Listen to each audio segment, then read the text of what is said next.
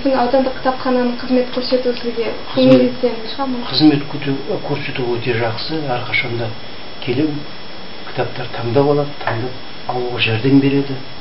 Ішіндегі нелер кітапхана. Ұнайтын кітаптар табылады. Міне Қабдешов Жұмаділовтың Дарабозын оқып жатырмын. Кешегі Қалмақ пен қазақтың соғыстары, оңтүстік шығыс өңірін азат еткен Қалмақтан соны оқып жатырмын. Сосын мына кітап, мына Дүкенбай Досжановтың кітаптары, сосын ана Таңдамалы деген кітаптар, Жуковтың кітаптарын оқыдым мен, Сталиннің кітаптарын оқыдым.